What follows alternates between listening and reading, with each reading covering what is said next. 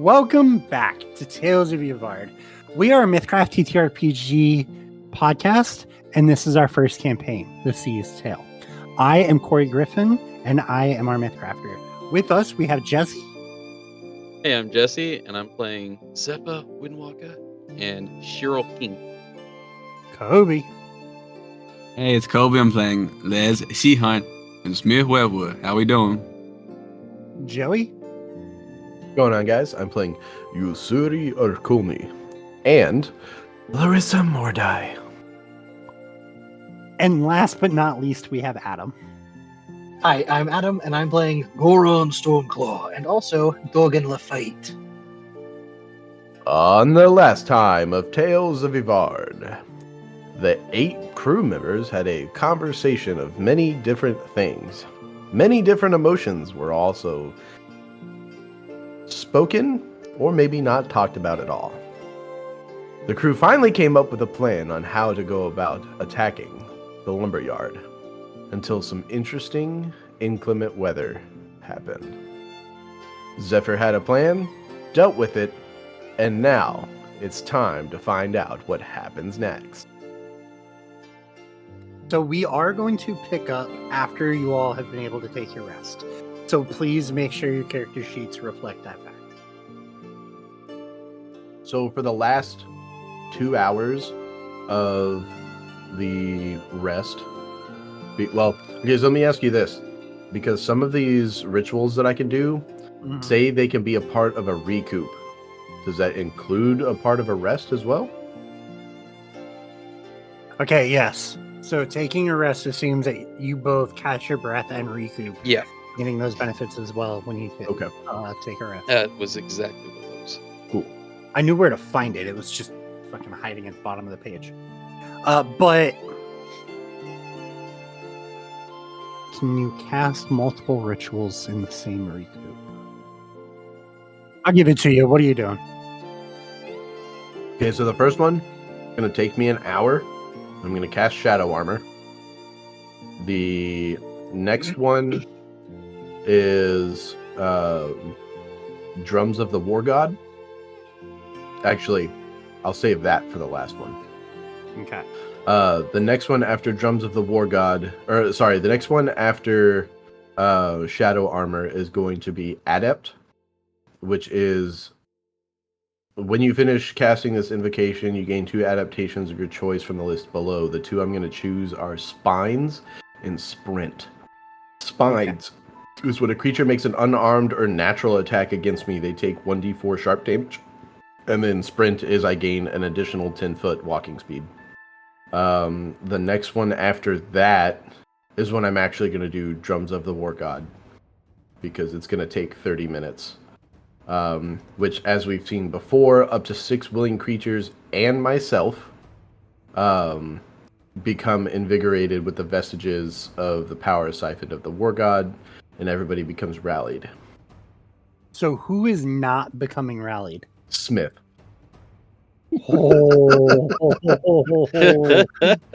Devastating. I mean, makes sense, but ouch. So she honestly, it would be kind of a struggle. I actually think last episode, it's definitely Smith, right? Trying to min-max who the best effect, or like who it should go on, she really doesn't know who to leave out on that. She would give it to everybody on her team she's fought with already. She would give it to Shiro, because Shiro knows her. And she has no reason to not give it to Yusuri or Lesh, so she doesn't give it to Smith. Okay. And then, so let's see, that's Shadow Armor, that's Adept, Drums of the War God, and then the last ritual I'm casting, she is going to open up the book she found in the bottom of the orphanage. She's going to flip through to a page and start reading an incantation. And it takes her about 10 minutes. And then in front of everybody, while we're in this tunnel, bones from the dirt below us begin popping out and clatter together one by one until it forms a bone spider. And I now have a bone spider for 1 hour. Any prep from you, Suri? Dude, I don't think Usuri has prep. So, Les would ask for the wand back from Goron. Go on, my friend. If you done inspecting the pine wand I had found, I wouldn't mind having something on me for ranged in combat. Yes, of course. I forgot I was holding on to it. My apologies. Here you go. Thank you kindly. I do want to cast a ritual myself. Okay. Before I do, I need 2 people who are willing to trust me. I mean, I always try to go on. You know that. What can I do? Usuri would step forward as well. Yeah, you beat me by like a second. There is a ritual I can perform to anchor your life to another briefly, so that you may shoulder more pain than you would alone. And I'm realizing this sounds a lot like marriage, but that's not what's happening. It's I was so flattered, my. Anyway, it would allow you to shrug off, or this is the wrong term. You and the other person would share injury between you, each taking less than on your own, if that makes sense. I mean, I do my best to not get hit and stay out of combat with anyway, so if I have to give up some of my life to keep this guy up, I wouldn't mind. I think that might be more life than you expect. That's a nice gesture, but I feel I can take a fair amount of damage myself. There are other benefits. Provide some protection against magic that targets your mind. Charms, fear, control are all more difficult. Not that any of you have to worry about fear. Well, one of us does. What I'm trying to cast is the ritual Blood Bond. It lasts for 4 hours. I have to choose 2 willing creatures, one of which can be me. So if nobody else wants to, then Goron will do it himself. That's fine. Both creatures take 1d4 damage, and for the extent of the charm, whenever one of them takes damage, it's a split between the 2 creatures evenly.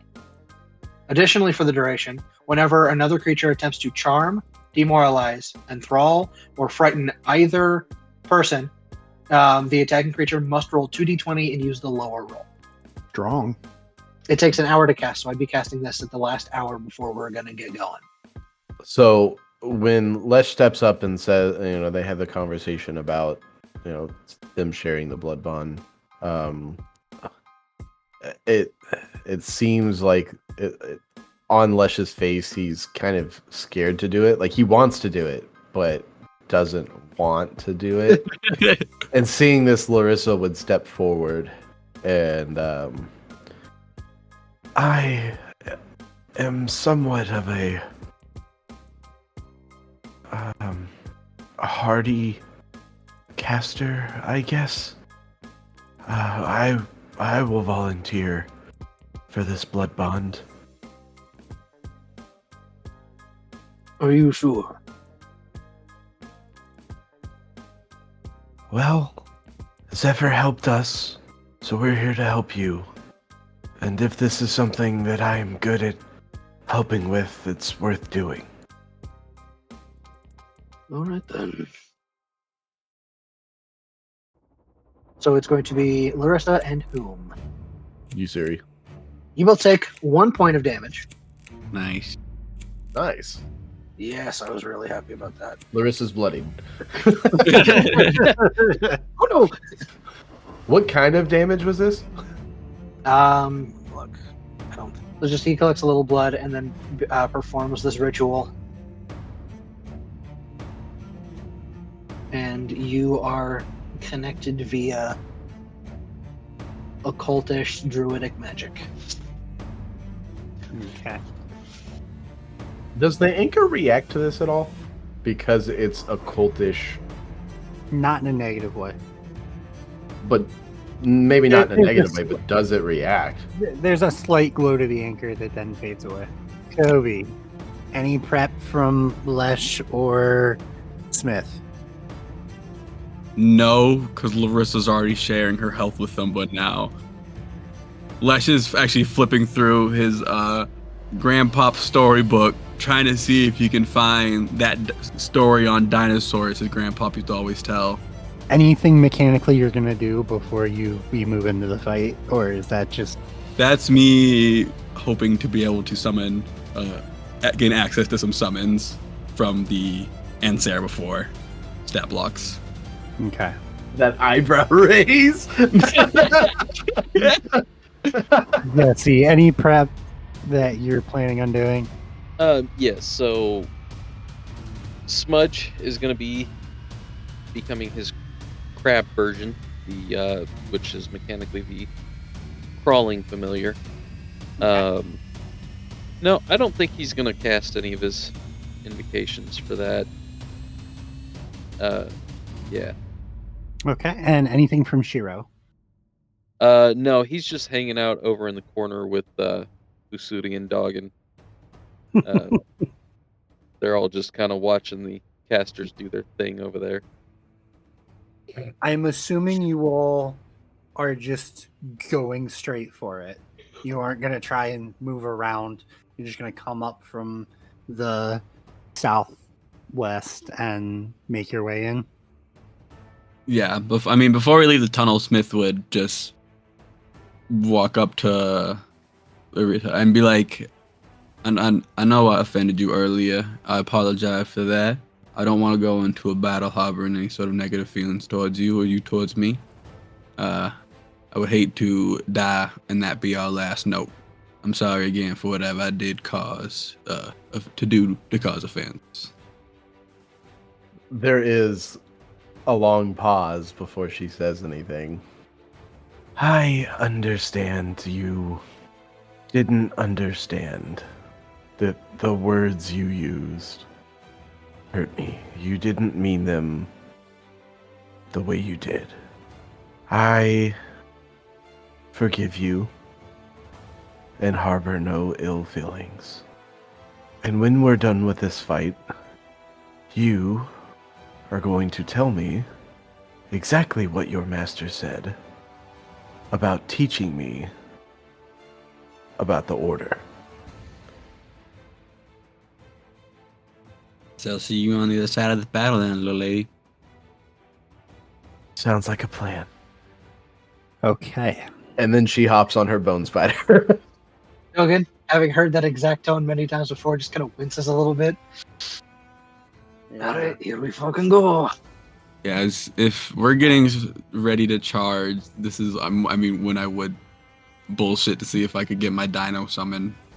I don't know if you want me to roll for it or something, or I want to summon a Mastodon. Give me a look at DC 12. Can I add intuition? You can roll it. Intuition is acceptable because you have it as a reaction. Yeah, that'll be adding a D6. Doesn't need it. It doesn't need it. Whoa, but that is a soft 20. Good shit. Yeah. Okay. Hell yeah. All right. My friends, I see we are going for the charge in fuck shit up method.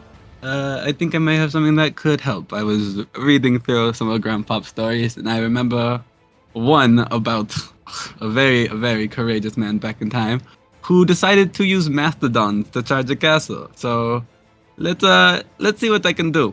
And Lesh throws his book down, and you see like pages and pages and pages start unfolding, and like the book is like shaking and rattling from it, and it is pulling out as a huge like trunk comes out and pulls the rest of a mastodon as it's crawling out. And I'm like, I think at the time a couple of us hitch a ride. How many of us can hitch a ride? This is a beast of burden. It is huge. It can carry 4 additional unwieldy items before being encumbered. So I do not know how many you would allow. Does Oh, man. Shiro count as an unwieldy item? Siri does. I will allow 4 people to ride the Mastodon. So yeah, that's gonna be Goron, Usuri, Les, and probably Zephyr, or Shiro, depending on who wants it. Because I like both of them now. I feel like Shiro would hop up there. Zephyr's probably gonna kind of like Zephyr's now with this other group when he's fought with them more recently. Mm-hmm. He's kind of moving with them. This is the squad that he's bringing to this fight. I cannot wait to finish this fight and write all about it. It's going to be so badass. So, because the bone spider is large, can it take another person with me? It is not a beast of burden. No. No, typically if you're sized medium, your mount has to be large or larger. Also, Zephyr's wearing his crab like a backpack because it's essentially the same size as Shiro. But yeah, if you guys will bring all of your tokens into the red circle on the map. Yeah, how fast is the Mastodon? How far can it move in one go? It has 35 35. movement speed. Cool. We got to be careful about trampling tents. Oh yeah. And then go ahead and roll for initiative.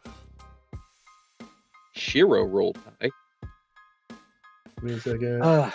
Give me a second. I will be activating Duelist Delight. Charge from that. So it'll be this plus 5. Okay. Oh, a crit. Ooh, Larissa got a 17. And Usuri's gonna get a 3. No! Usuri got a 16! Dogen got a 6, Goran got a 7. We are all rolling so. Mine's gonna be a 21 initiative for Lesh. I'm boosting myself. I rolled low. I don't know what y'all are talking about. What's his awareness? Because right 1. now he's tied with Shiro. So Shiro is like a 5? Yeah. So Shiro's got the higher awareness. I just want Lesh to go as quick as possible because he's the one driving the mammoth. That's perfect because Shiro's first turn is just going to be holding AP. Yeah. We all roll. Any crazy. more shenanigans? Go on, my friend. Boost my voice. I'm going to warn the prisoners I'm charging through them. All right. Well, you made a good point. I don't want to run them over, but what else do I need to let them know at least? That is fair. I'll use Sonorous Voice when it matters to let him be left. Assuming Usuri does not immediately say don't do that. Well, he doesn't say anything. Okay, then yeah, I'll give you Sonorous Voice. God. Oh, shit. Fuck. I should have just given it to you. Sorry, made him talk. Damn it. Prisoners of the Lumberyard. I don't know what to say to them right now. This is so. What do I say? Fuck. And I feel like this is all what Lesh is saying. I feel like Lesh is more socially adapted than that. I know. I'm just trying to think of the actual words I want to use. Prisoners of the Lumberyard, we are here to liberate you against the family and their treacherous ways. If you could evacuate the tents as I'm about to fucking run shit down, it'd be much appreciated. 5, 4, 3. You hear screams of, "How are we gonna do that? We're all chained together." I'm going. Lay flat. Warning given. Moving on. They're gonna be flat. Fuck.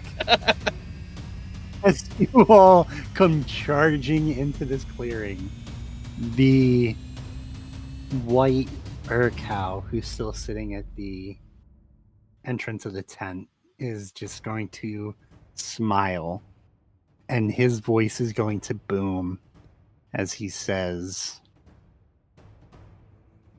"You're lucky my brothers are not here."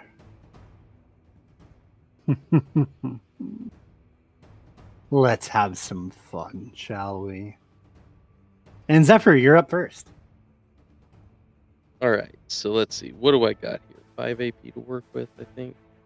He is going to move a lot. Now, going through the tents and through the chained people will be difficult terrain. That's cool. It doesn't affect Zephyr at all.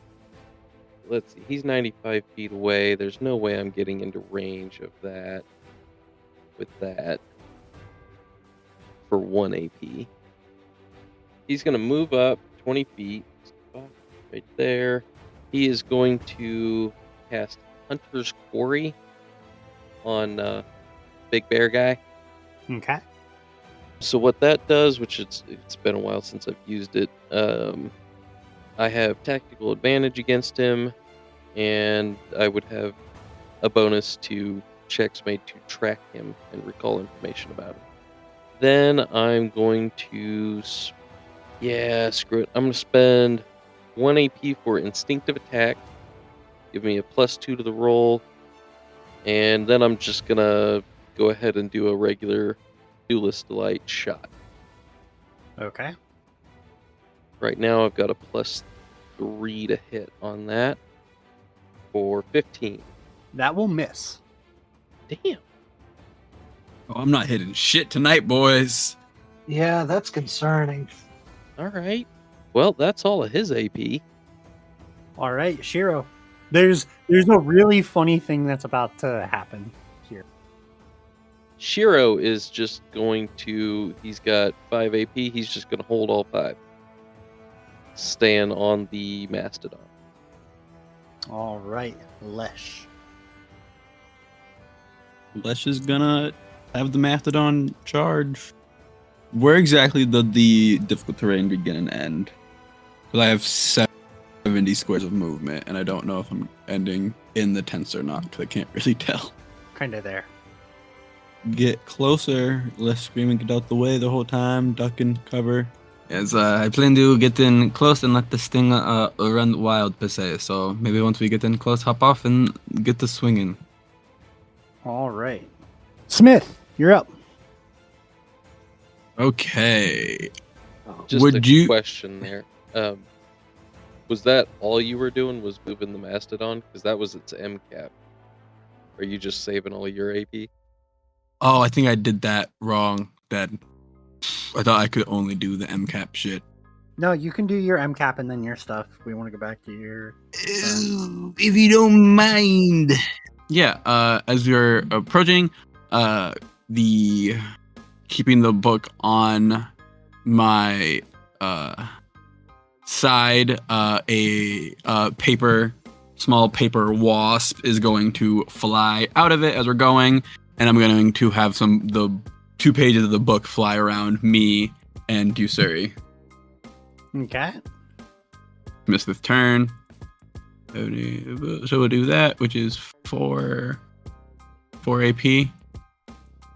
Remember, it is difficult terrain between the red lines. Yeah, and I have 30. That's why it was 4.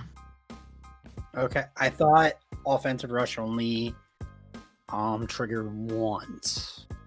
Oh, you are so right. So it's 5. I apologize. I forget it's only 1 per turn. So that'll bring me 2 there. And then going to hold over the last AP and end my turn. Larissa, you're up. You watch as this massive mastodon just tramples over a few people that could not get out of the way. Say massive Mastodon 5 more times. No. I couldn't do it once. Okay, so MCAP lets me do whatever combinations of actions that it has, correct? That it specifies about your MCAP. So if it has MCAP, it will tell you you can use this. You can use X action.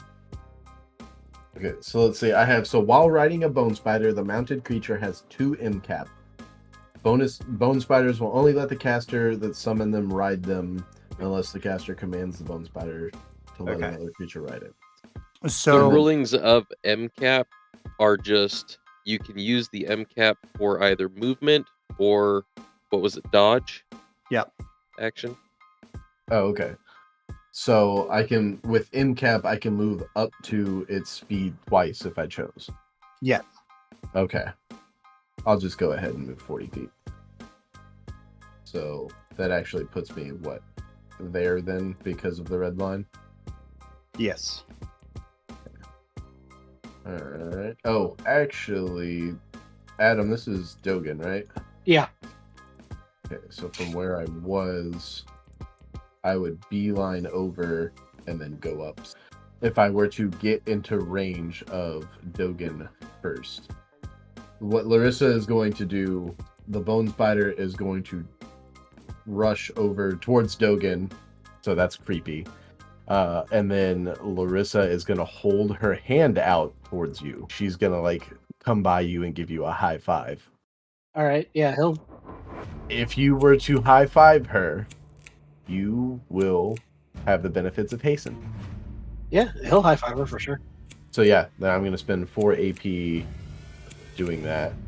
And I'm going to spend 4 AP doing that in 18 SP, but you have the benefits of hasten. And then can I use 1 MCAP, do actions on my character, and then do another MCAP? Yep. They're just like AP. They're just specifically AP that you can use for things the mount is doing. Okay, cool. Then that is Larissa, and then the rest of the crew go at the end of her initiative, and so they're all going to move. Okay. Is that Larissa and her minions' turns? That is Larissa and her minions' turns. Yes, sir. Let's see. What did Lesh say when the mammoth got up here? Plan to get close and kind of let it run wild, so continue to start swinging. So Yusuri is going to spend an AP to dismount. He is also going to spend 1 AP for Battle Tactician, and he's going to put that on the Urkow in front of us. He is not within 5 feet of you. You may spend 1 AP on your turn to specify a target Oh, within 5 friendly feet. targets within 40 feet of me. Okay. Yeah, you're right. Okay, so what he is going to do is spend 2 AP for Imbued Force for... so what Imbued Force does is I can activate Imbued Force and it deals an extra 1d4 damage with my attacks while I'm using my Cursed Blade. In this case, it's the Anchor for 1 minute. And I'm going to choose for this to do necrotic damage. If I were to do the Taunt, can I use my special AP for that? It is not an attack. Even though I have to make an attack? Yeah.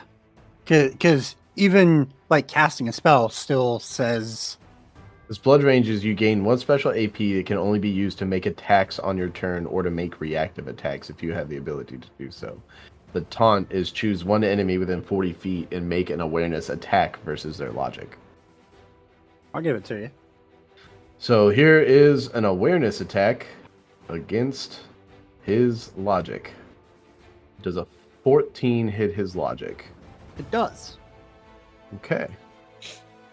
Nice. So Yusuri leaps off this mammoth, activates a charge, and his anchor starts glowing this sickly green. And then he lets out a grisly roar.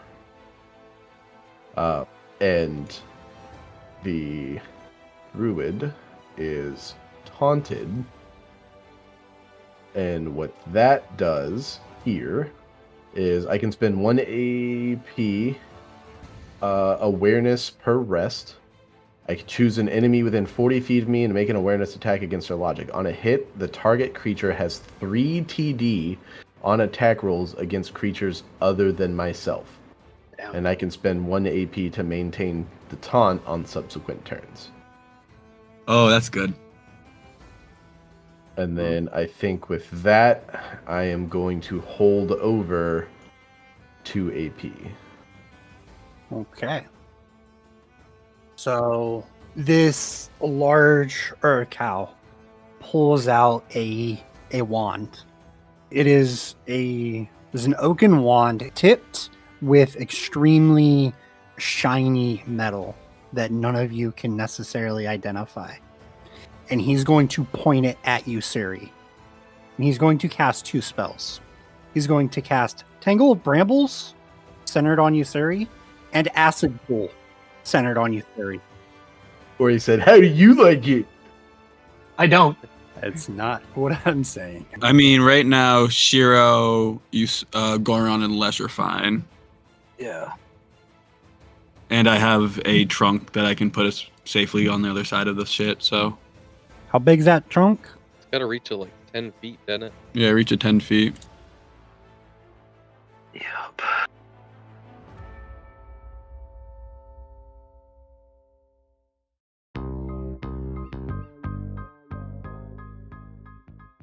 Mhm.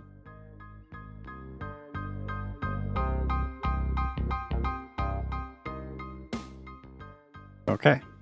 But that will be his turn. Goron. Step 1, I'm going to cast Minor Augmentation on Yusuri, Shiro, and Smith. So until the end of my next turn, you guys get a +2 bonus to every d20 roll you make. Keep it up, my friend, and you're gonna get an extra AP.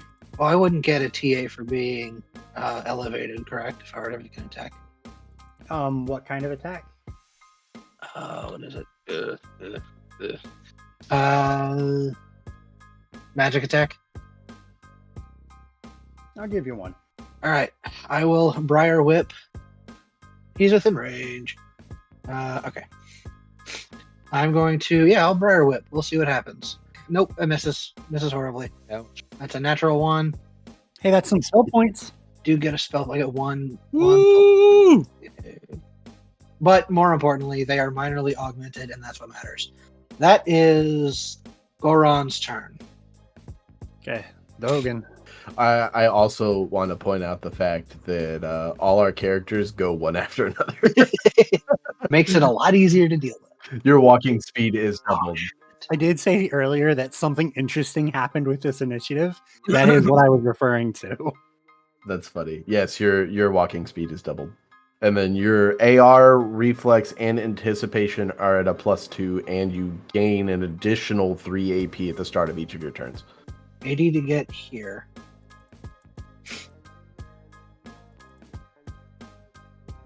And then what? 5, 10, 15, 20, 25, 30, 40, 45, 50, 55. So that would be another 2 to get up to here. So I spent 4. Can you map out how you did that? Because you're going to be probably taking some hazardous terrain damage. Oh, sure. From here, I went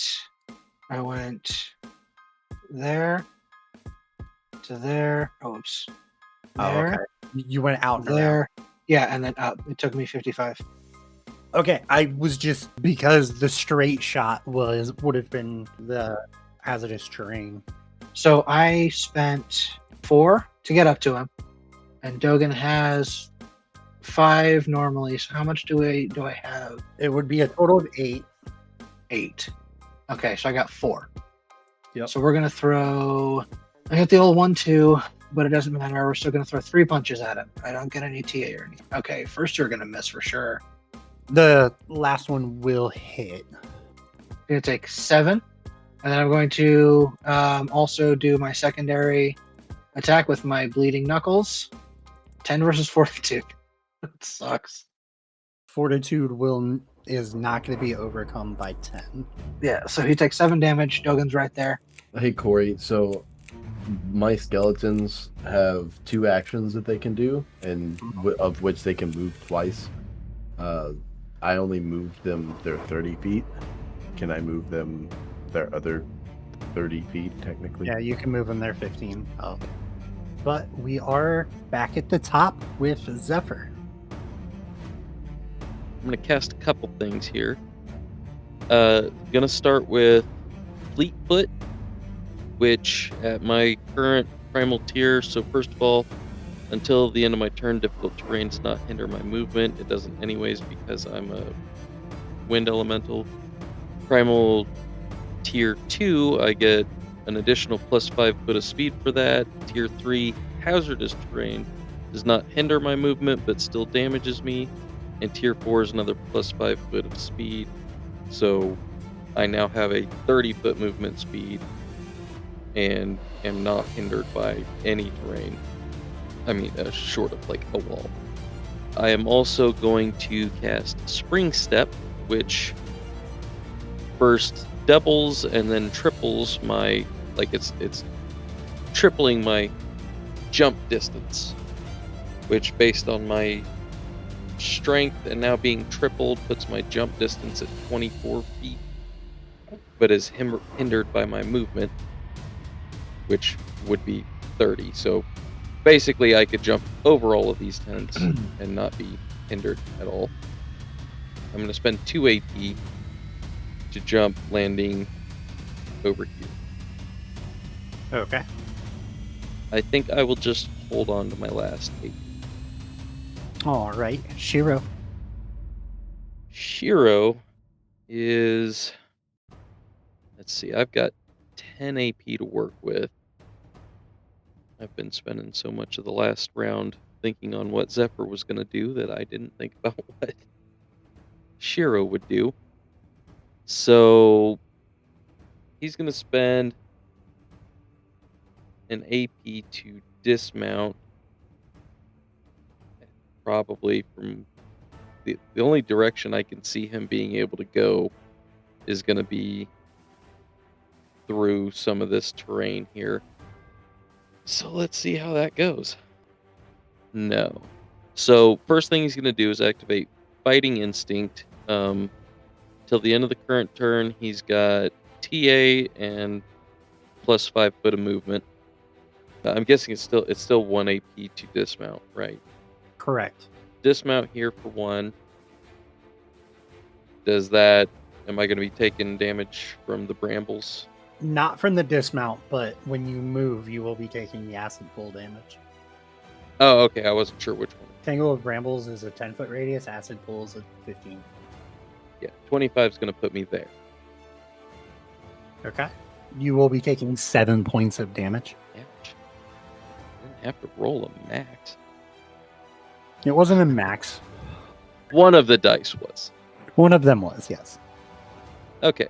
So that was 1 to dismount, 1 to move. He is going to draw his katana. And I believe so. I don't have it anywhere in my notes. So yeah, we'll just say 1 AP to activate that. Eeny, meeny, miny, mo. Let's go with...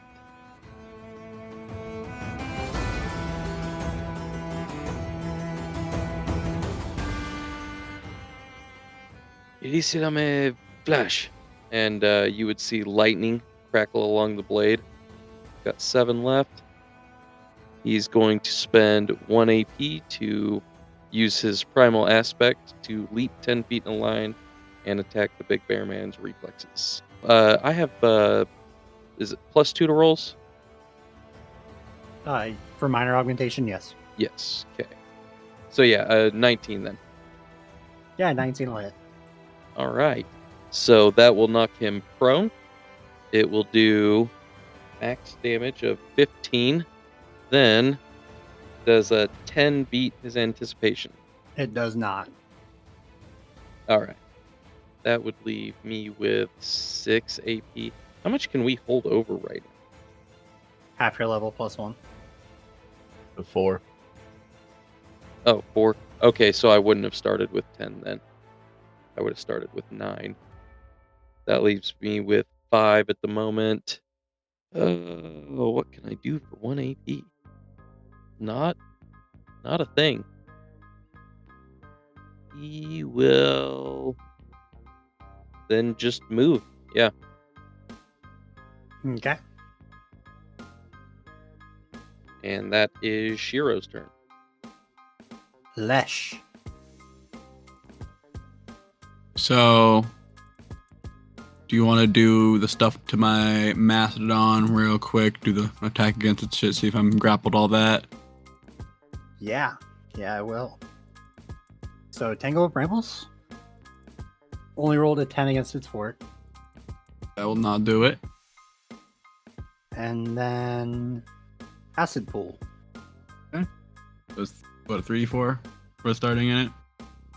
Does that 13 beat its fortitude? No, actually. So you'll take 4 damage for starting in it. -2 for my DR2. Okay. And I can move through this freely because I didn't get grappled, right? Yeah, you can move through it. Oh, yeah, so I think the Mastodon actually is going to charge and take the damage. So it'll be 10d4 for 24 damage. I want to see if I'm bloodied or not real quick, sorry. Not bloodied yet. And this creature, he's prone, right? Yes. Sweet! Oh, I love you. So I'm going to roll. The I Mastodon's going just to run up. realized what you're doing. Oh, yeah. Oh, yeah. That makes me happy. I didn't even think about that. This is against his reflex. Will a 19 hit his reflex? Yes, it will. So I'm going to roll that damage for 11 damage. Okay. That is 2d10 plus 4. That would be the elephant's MCAP.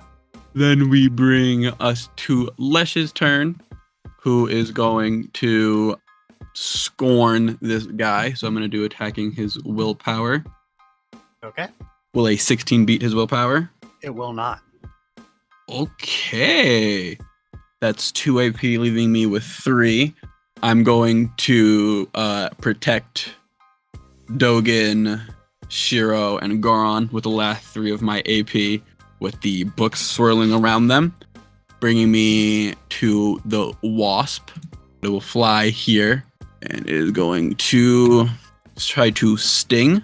Will a 5 beat its reflex? No, it will not. Okay, so that will be Lesh's turn. Did Goron give Lesh minor augmentation? No. Smith. Did you keep metal up or whatever it is? Yeah, not on Usuri, on Shiro, Dogen, and Goron. Actually, fuck.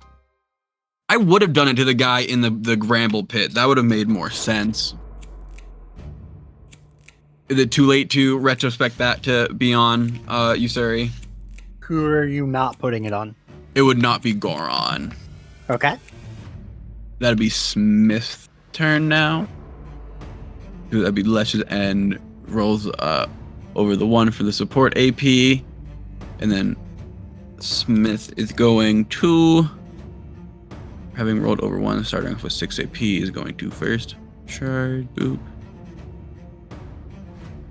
So yeah, Smith will spend 1 AP to move here.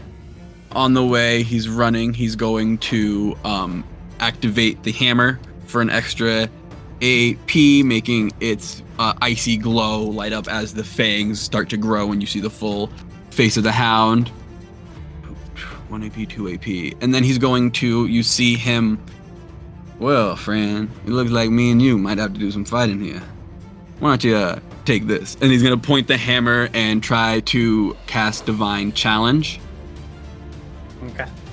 Which is this is against his lodge.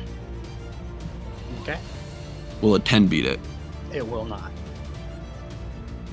Will a 9 beat it? It will not. Will a 21 beat it? He's going to use his reaction to force a reroll. Okay. On your awareness, were you adding the plus Plus 2. No, that's just base. So would the 12 do it? No. Okay. So the reroll you said, which is where did it just go? Brain awareness. 18? An 18 will still do Dirty it. 20, actually. Nope, I didn't even do it. I did it again. That's crazy. So divine challenge: make a magic attack against a creature's log. If you miss, you spend your AP, but not your SP. Hence, I was able to keep doing it. If you hit, then the creature is compelled to accept your divine challenge. For the duration, the creature is taunted by you. When the creature makes an attack that does not target you, it takes 1d6 radiant damage. Further, you deal 1d6 additional damage against the target creature and have TA on attack rolls. Except that is 1d10 for me because I upcharged it. You're spending 10 SP. He's Yeah. got 2 different people that successfully taunted him. Tried to hit someone. It's never gonna work. So that leaves me with 1 AP to hold over. I am going to pick up my shield and brace myself, raising all my defenses. Actually, no, metagame it. Let's just give it. Hit him next time, and I'm giving myself an AP. Next time, I'm wailing in on this guy. So That's great because now for the 2 of you that have taunt on him, the TA cancels out the TD from the other one's taunt, and everybody else he just has TD. Larissa? Okay, so Larissa, the bone spider is gonna move up. So it moves up, 5 to there for 1 movement, right? Yes. And then can move there, basically. Yes. Because it can move 40 feet. It's 20 and unless having a climb speed helps with anything. No. The reason this is difficult terrain is you're trying not to kill people as you step on them. Yeah. Now, if I were to get off of the bone spider at this point, would it get 2 more actions? It has already used 2 actions to move. It has 4 actions by itself. Would the 2 MCAP use 2 of those actions? Yes. Okay. So then at this point, Larissa is going to get off. So she's going to be right there, spending an AP to do so. You would be there. And so he has another 40 feet of movement because he's going to do another 20. And then there, he now would get the 20 feet, correct? Depending on how you go, because that is hazardous terrain, which also counts for difficult terrain through the acid pool and the tangle of brambles. From this point, he's just going to move 20 that way. And then Larissa, because she has the enhancement on, is going to... Does going a straight line this way put me in the acid pool? No, it'll keep you just outside of it. Okay. So that's 1 AP. And then that's 2 AP. 3 AP. Going there is going to be 4 AP. Mm-hmm. So she's going to move all the way over there. She's got 1 AP left. Oh, as a matter of fact, she is going to not move that last bit. I think that puts her back there. So she's got 2 AP left. She's going to use that 2 AP to use shadow manipulation. So while within darkness, I gain the following abilities. I'm always considered to be concealed, and I grant myself shield HP equal to, I'm going to say, charisma. Now, inside the tent, is it lit? Not at this time of night, no. Okay. Cool. So yeah, she is going to gain 5 shield HP.